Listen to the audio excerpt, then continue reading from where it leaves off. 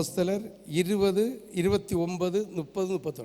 நான் போன பின்பு மந்தையை தப்ப விடாத கொடிதான ஓய் நாய்கள் உங்களுக்குள்ளே வரும், உங்களிலும் சிலர் எழும்பி சீசர்களை தங்களிடத்தில் இழுத்து கொள்ளும்படி மாறுபாடானவைகளை போதிப்பார்கள் என்று அறிந்திருக்கிறேன்.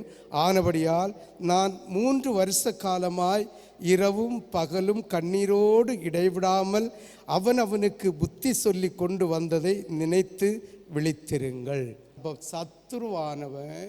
சத்துருவானவன் அவன் கிளைகளை விதைக்கும் போது நம்ம தூங்காமல் விழிச்சிருக்கணும். சபையில் தூங்கினா குடும்பத்தில் குழப்பம் வரதான் செய்யும். ஆமேன். சபையில் தூங்கினா குடும்பத்தில் பிரச்சனை வரதான் செய்யும். ஆமேன்.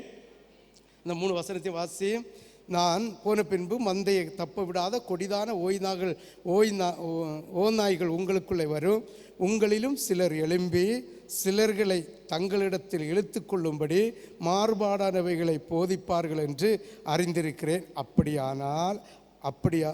ஆனபடியால் நான் 3 வருஷ காலமாய் இரவும் பகலும் கண்ணீரோடு இடைவிடாமல் அவனுக்கு புத்தி சொல்லி கொண்டு வந்ததை நினைத்து விழித்திருங்கள்.